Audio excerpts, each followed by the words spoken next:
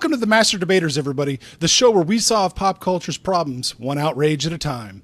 I'm Abe, co-host of the Movies and Stuff show, which can be seen live every Tuesday at 9 p.m. Eastern, right here on this channel. And joining me are three other people that are missing BattleBots Rise of the Machines to be here tonight. First up, it's the man that's being slowly consumed by giallo horror, cheesy puns, and offensive gifts.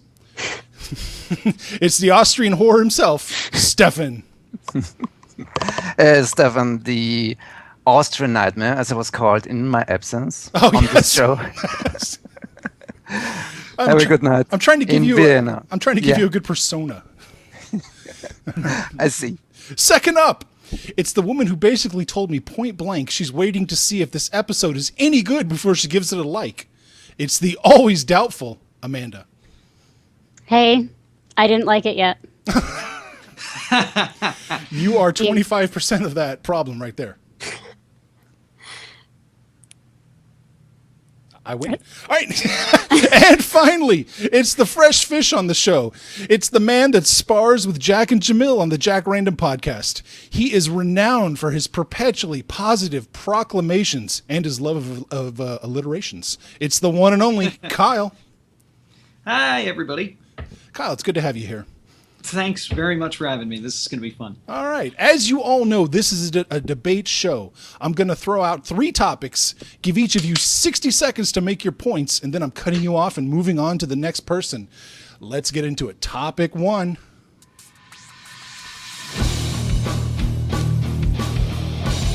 It's a pun.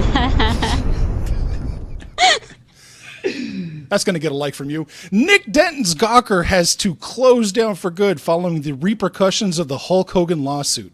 So I want to know from you, are you going to shed a tear or do you think justice has been served? And the Austrian nightmare, we are starting with you. Yeah, what can I say? No tears from my side. I was once an avid reader of Iron, I admit it. I also read Gawker occasionally, but I think the quality dropped down years in the last years very, very steeply, and in the end, it's just a very biased, pretentious tabloid site. I think if I want tabloid, I'm going to TMC instead of Gawker.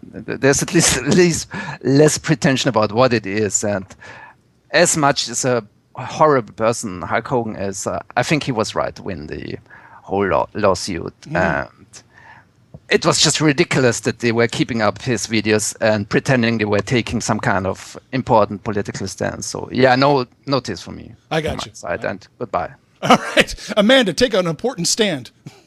I mean, I'm old. Like, I had to look up what a Gawker was. And from what I can tell, it's the reason why I can't get a newspaper, like a physical newspaper in my town anymore. So they can suck it for that. And from like the world of comic book journalism, like, you know, there's no fact checking or anything anymore. Like, people just make up shit, and I feel like we get to blame Gawker for that too. So I don't think the world is going to miss them. I think we'll spend the next 20 years learning how to fact check and be proper online journalists after they ruined everything for us the fast and easy way. Oh, wow. That's bold. So no tears. Do I look like someone who cries for anything? All right, we are punting over to somebody who does cry. Kyle. Yeah. Well, no, I hate him. I mean, like, I really do. I really, really do. I hate Gawker. I hate most of the websites that are under that umbrella. I've never really liked them. I think that it is sort of a shame that we exist in a world where you can piss off one rich guy and he can completely destroy everything that you hold dear. I mean, that kind of sucks. But I can't really be too upset about it because I hate Gawker. So, you know, like, I'm kind of torn between actual, you know, my own personal beliefs and what I believe should be how things function, and the fact that I just really don't care. Like, I really do not like Gawker. I never did, and yeah. I mean, Hogan was right. Like they, You're out of time. Well, that's really interesting that Kyle and Stefan both brought up the Gawker family. Are they all tainted in your mind, Stefan? Is the whole family, Lifehacker, Jezebel, Kotaku, Gizmodo, IO9, are they all tainted? My gateway to Gawker was IO9. I think it was a great site. There occasionally still some good articles. I started reading the other blogs, then whatever it is, Kotaku, and so I was a little disappointed with the content. I always thought of IO9 as the better venue, as the best venue of them, but recently I just discovered that they are also a very biased group, ridiculously biased. For example, against the DC movies. Just found out. I mean, they used every little occasion for an attack or something. I mean, that's nerd stuff, but still, where's the fun in reading that? You want to have, of course, it could be everybody, all of the journalists out there agree on not liking those movies, but it really looked like a unified attack, as if they were. Come on, echo chambers are fun. Echo chamber is exactly the word I was looking for. They're noisy and they're happy and it's a party. It's an echo chamber. Not a very interesting one, you know what I mean? Not a very. No. I gotcha. So, Amanda, do you hold the whole family of sites kind of guilty as well by association, or? I mean, like I don't even know what Gawker all comprises. Do I blame them for BuzzFeed too, or I don't even. I'm sorry. I told you I was willfully unprepared. Okay. You told me that one of the topics would be Gawker, and I was like, I think that's a website. Done. I'm good. All right, there you go. So we'll just punt over to Kyle. Kyle, is the whole family tainted? Yeah, there was a time when I went to Kotaku quite a lot, but over a very, that was, as he said, his introduction was IO9, mine was Kotaku, and, because gamer. And over time, it just got very, very preachy, I guess is the right word. It just sort of, the quality of all of it, it stopped being news and it started being every single thing was an op-ed, even the things that weren't op-eds. And it got really, really annoying really, really fast. And Gawker has always just been, it's trash. It's just tabloid. It's just tabloid shit. It's such a waste of time and effort. And I've never found anything, and I'm not even sure exactly what IO9 is still. I've seen it around. I don't understand what the site actually is, though. Which I guess is on me, because I never really cared to find out.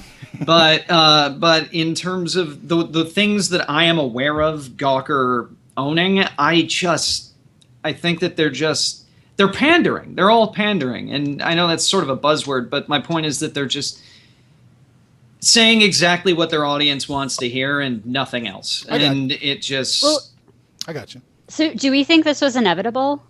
Given the existence of the internet, was something going to fill this role? Of course. And it just happened to be... It just happened to be them. So, can we really blame them for just doing something that was an inevitable evolution of technology? No, and that's why I said that part of me is who I am as a person is saying, oh, this is too bad. And it's unfortunate that because they pissed off the wrong rich guy, they're in trouble. And that's why that's there. But I just don't like them. So I'm a huge hypocrite is what I'm saying. Amanda hits a point that I think is going to be interesting to see where it goes. Will this lead to more responsible online journalism? I'm really fascinated to see if that's the takeaway here. No. It's possible. Come on. If the people running these sites were literate, they wouldn't be in the state they are right now. And I don't think them risking their money is going to change that. Maybe the takeaway here is when a judge tells you to take a sex tape down, take the goddamn tape down. Let's move on to topic 2.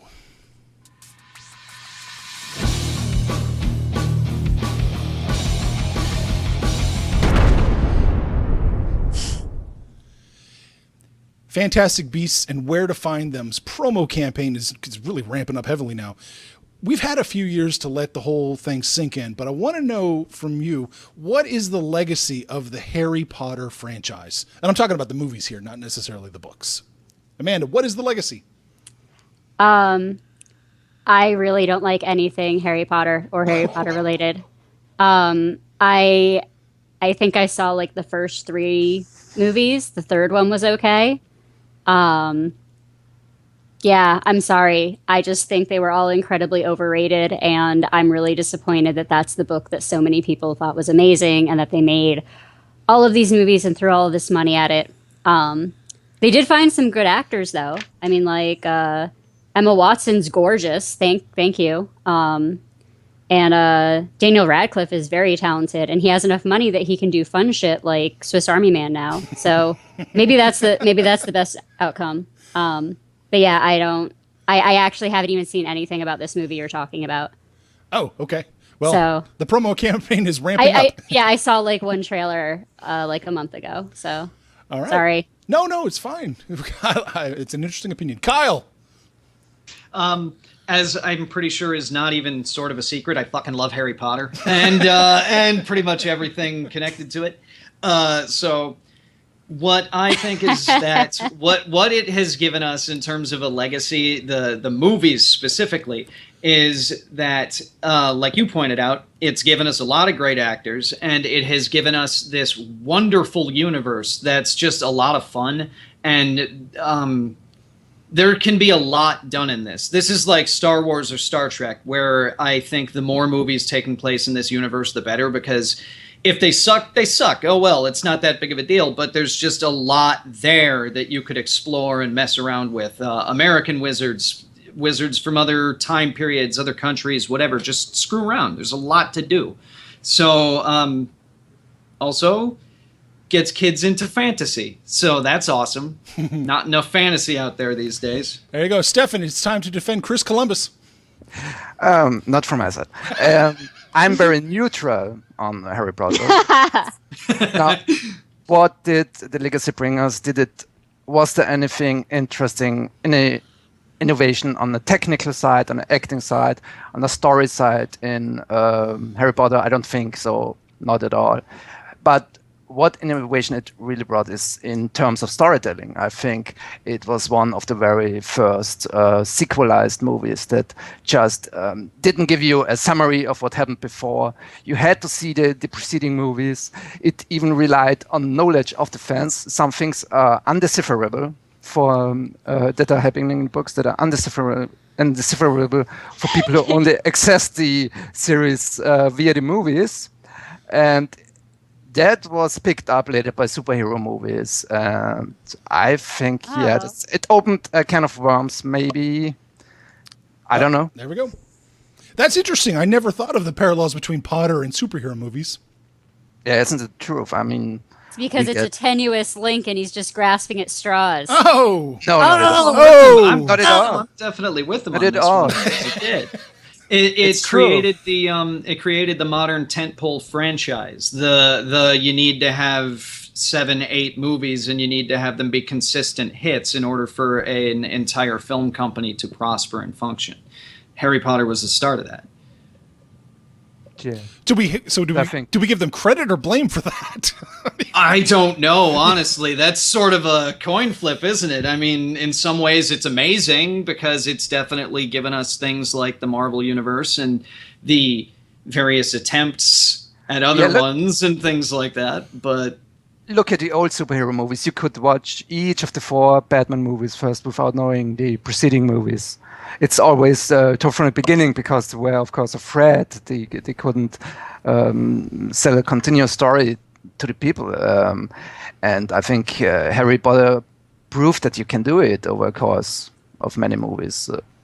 I don't think there's really a comparable example of this. The Indiana Jones movies, you don't really need a connection to the older movies to understand them. And Harry Potter, I think there are even elements in, as I said before, you don't really understand as someone who hasn't read the books. maybe due also to the editing. I think they had to edit a lot of stuff out. But it was still the fact is they were still very successful. So and they are currently doing it in superhero movies. There are some connections you don't really understand if you're not a fan. That's true. So Amanda, you think he's full of it? Stefan. I mean, someone has to. We don't want to be an echo chamber in here. Someone has to at least consider the alternative viewpoint, which is that, no, I mean, I think one of the big differences between the Harry Potter movies and the comic book movies is that they were pretty certain they had to stick to the books when they made the Harry Potter movies, and that worked. And when they make a comic book movie adaptation, they fire people who actually worked on the comic books. Like, they make sure, they're like, no, this cannot resemble any actual comic book story in any way, or else we might have to pay somebody a couple of dollars. So yeah, I think that's surprising that you would say, like, oh, Harry Potter is this example of adapting something and having a sequential thing that goes all together, and then I don't think it's about the adaptation, though. It's about the structure, the fact that you're expected to follow movie after movie and that you must keep up with it, and that they're expected to come out with one every year or one every 2 years and be a consistent hit. It's not so much the adaptation itself. It's just the structure of the storytelling. Yeah, but I mean, I could be cynical, yeah? But I say with comic book movies, they still throw in stuff, fan service, and they know people will eat it up. But they have the luxury; they don't have to stick too close to the source material. Yes, I got you. That's interesting. I like to hear all of your perspectives on this. I actually am a Harry Potter fan. I wish it had ended a little more strongly, but I like the movies overall. And it was a hell of a risk. If Richard Linklater had made these movies, people would be calling him genius. All right, guys, we're going to move on to topic 3.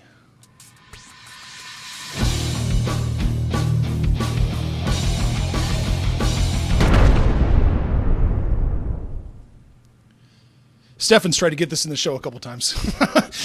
Independence Day 2, BFG, The Legend of Tarzan, Warcraft, TMNT 2, Ben-Hur, Suicide Squad, and of course, Ghostbusters. Critical and box office disappointments littered the cinematic landscape this summer. Was this the worst summer of movies ever? Kyle, you're kicking us off. Short answer, no. Long answer, it really kind of depends on what you mean when you say, worst. Because box office-wise, I did what I usually do, and I started to do the math, and then I realized that way that was just insane. And I absolutely did not have the time to do that much math. So I went at it from a different angle, and I realized that what really defines it is expectations. So did anybody really expect Warcraft to be any good? Or Tarzan? Anybody other than the suits? Did anyone think those were going to be good? No. There are summers where I have been excited about a shit ton of movies, and every single one of them has sucked. So there might have been less of them overall, but it can't be a disappointment if you expect it to suck. All right, Stefan. Yeah, I think it's maybe not the worst summer. It's a very bad summer. I think what makes it stand out to regular bad summer, contrast to regular bad summer, is that I think it's kind of a culmination of trends we are seeing here. That the studios are kind of out of touch with the audience, and that a certain kind of cynical filmmaking is finally harvesting the flops that they are deserving, I think. Most people are not really very reflected about the enjoyment of movies, but they're subconsciously getting that movies are getting a less important means of entertainment anyway, and it's going to be less and less because people are subconsciously realizing how bad those movies are going to be. And oh, wow. Yes. All right, Amanda, take us home. Oh, I think it's been a great summer for movies. What? Because I get to watch all of these movies I never would have even heard of, and then I get to talk about them with some assholes on the internet. So I think it's been a great summer. No, I think we're in like the '90s pop music bubble of movies right now, and that like we're gonna have kind of a splintering in the next like decade, and I think we'll all be looking back 10 years from now and be like, oh my god, like movies sucked so much back then, like boy bands. These are the we're stuck right now in like the boy bands of movies in terms of like just how superficial they are and how much they suck and how much you can still enjoy them. You're done. You got your time. So Kyle, is this just too corporate? Is that what is that Amanda? That's what she's saying. I always associate boy bands with being too corporate.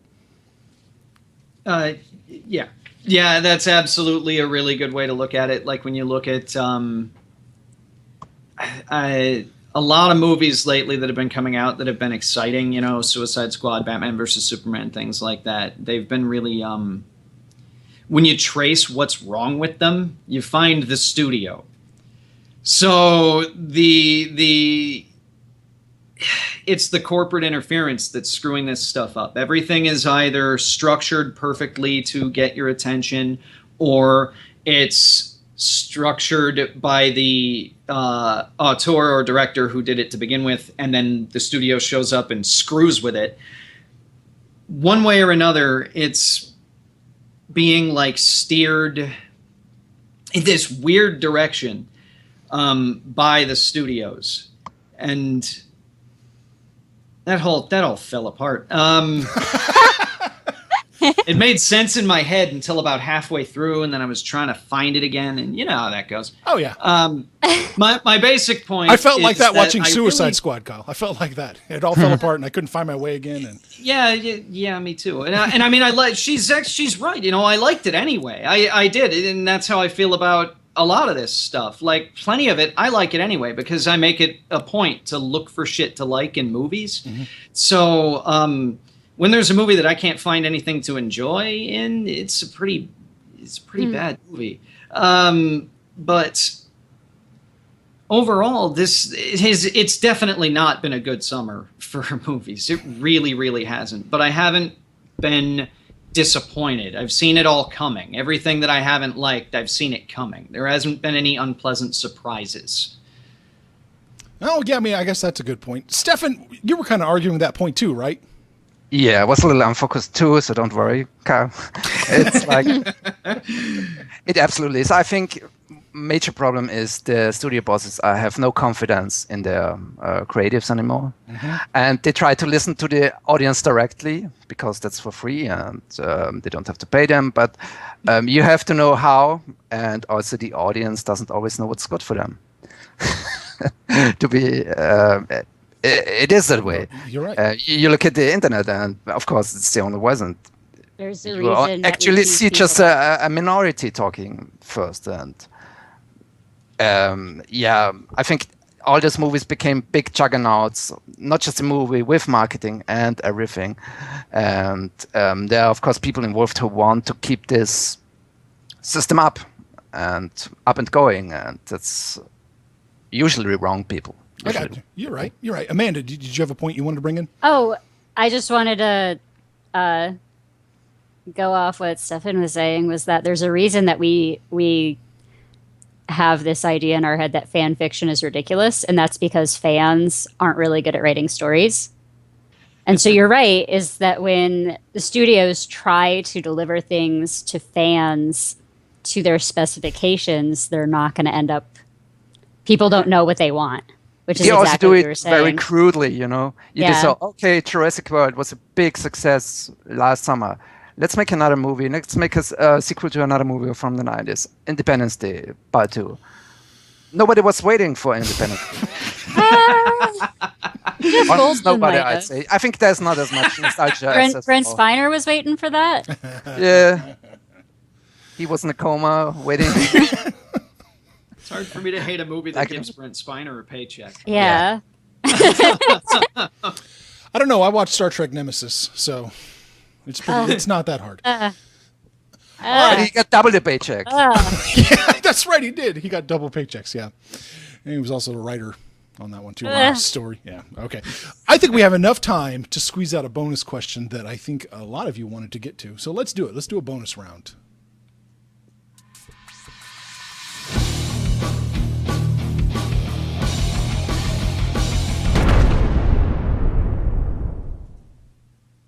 I am just too lazy to update that animation. Rumors suggest that Wonder Woman is a mess behind the scenes and it's just a complete failure as a movie. Is this just more proof that WB cannot get their shit together, or is this based kind of on the assumed the fan bias against the DC extended universe? Stefan, let's do it. Yeah, I have to come back to what I said before. I think we are living in a time where nobody cares for the director anymore, this writer, where almost nobody cares for the stars anymore, but people care for the studio producing. And a lot of fans treat them like the sports teams. So yeah, of course, it could be that the movie has troubles. It's always the possibility is always there. It's not out of this world, but it sounds a lot like in line with the recent rumors and with the recent disdain for the DCEU, with this very silly Warner Brothers employee letter that was reprinted on website, although it sounds like a 15-year-old posted it on his Facebook page. So yeah. I'm rather sure it's too convenient to be real, this rumor. I got you. Amanda, is this bullshit or is this bias? I mean, all of our recent examples point to the fact that DC can't quite get out of their own way and make a good movie. Because I'm sitting here and I'm going, what does a Wonder Woman movie need? All right, well, we've got a pretty girl wearing the costume. And we've got some other cool people in it and they're going to fight stuff. What else do I need? How hard can that be? And yet I still think they're going to find a way to ruin it. So I think this is a fancy tactic where they're trying to get people to lower their expectations going in and that they're trying to support this narrative of there being a conspiracy against DC. And so then when it comes out next summer, it's awesome. We're all going to be like, oh, we were wrong. It was great. And it's not even going to have to be that good for us to be happy. Kyle, do you have your tinfoil cap on too? Well,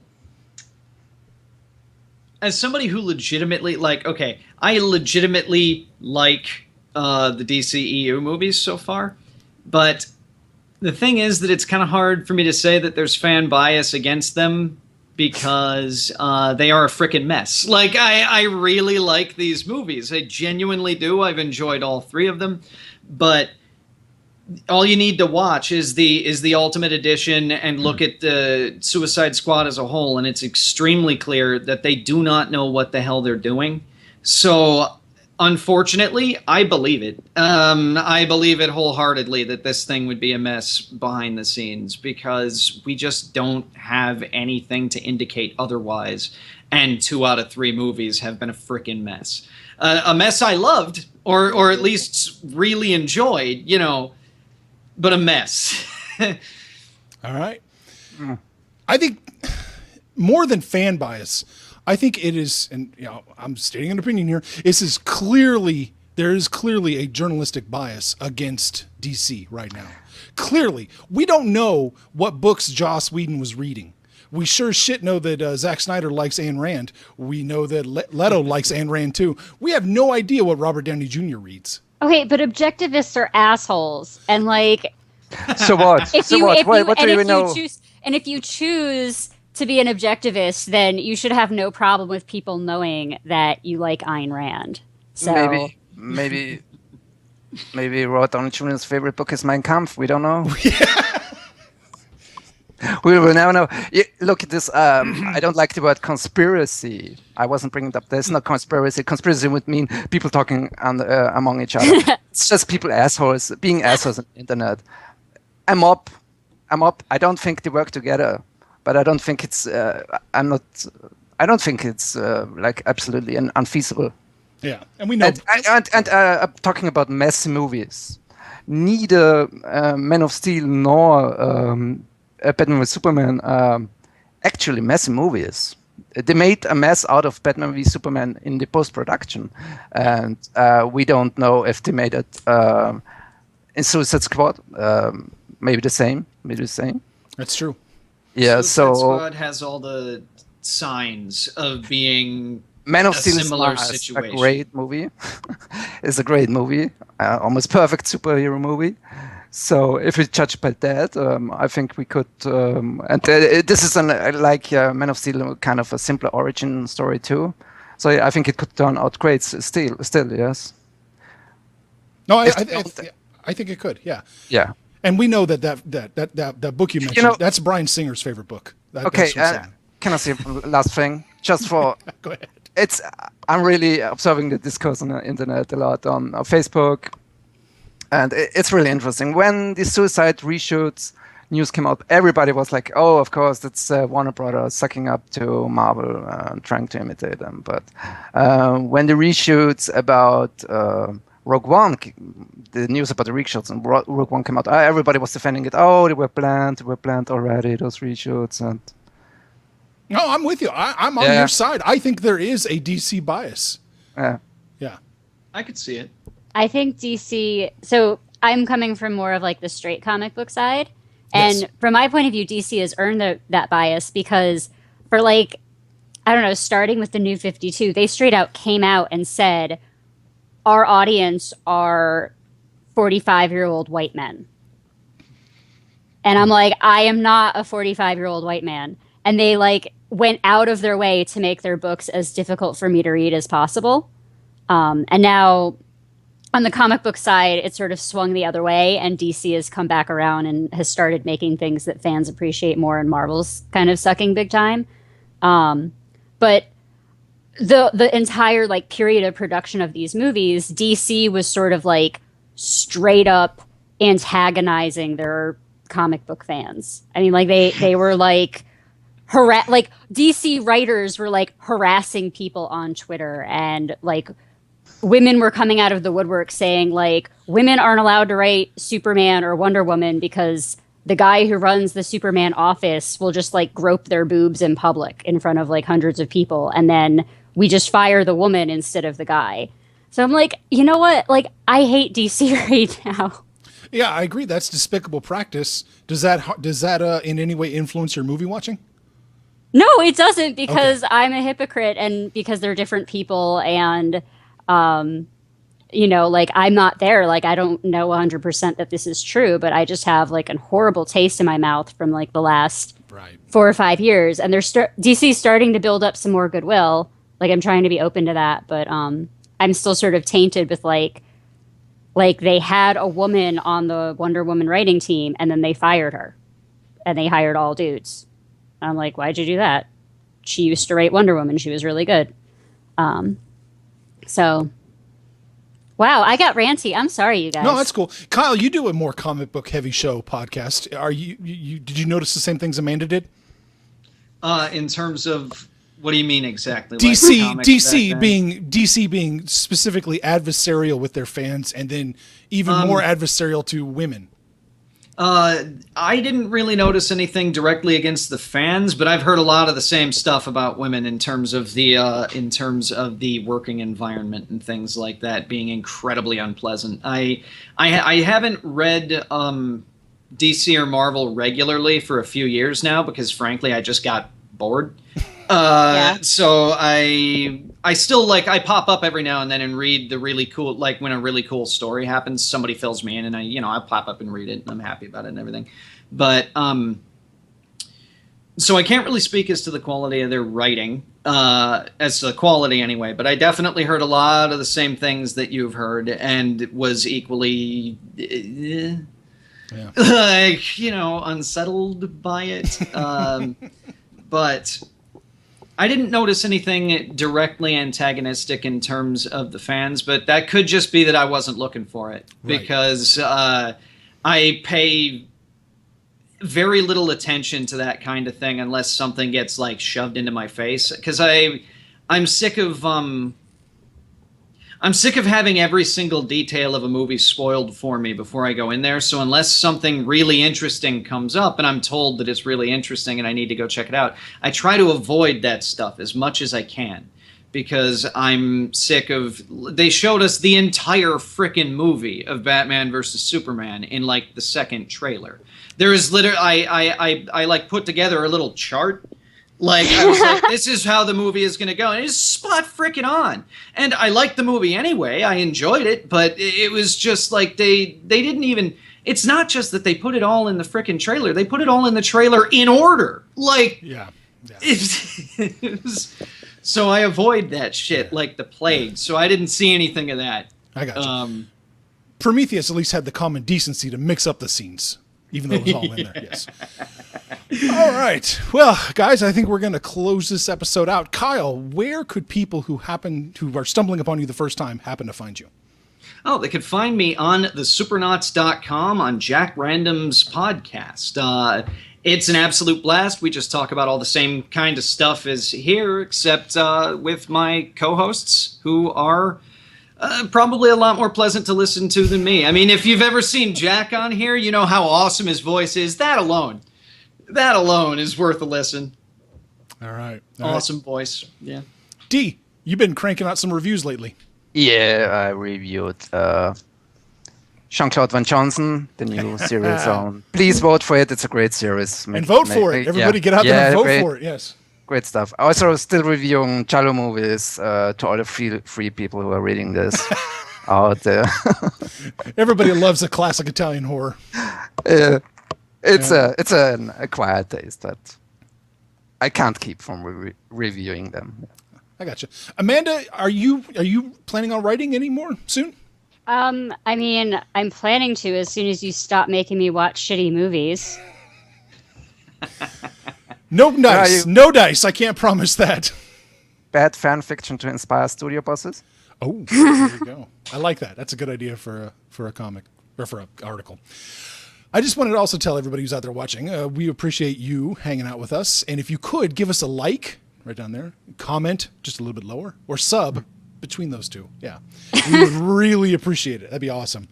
And, every Tuesday we have the Movies and Stuff show where Dan and I will oftentimes invite in people like Amanda to torture her with some really fine cinema. No, shaking her head. Okay. No. Yeah. We also have the Vegetable Lasagna show every Monday. Last episode, they went Mutual of Omaha Wild Kingdom on us, and it was Chris's snake was the star of the show. That's not a euphemism. Good. Yes. All right. Well, again, thank you guys so much, everybody out there, and I can't wait to do this again in 2 weeks. Thanks. Bye-bye. Bye. Bye. Bye.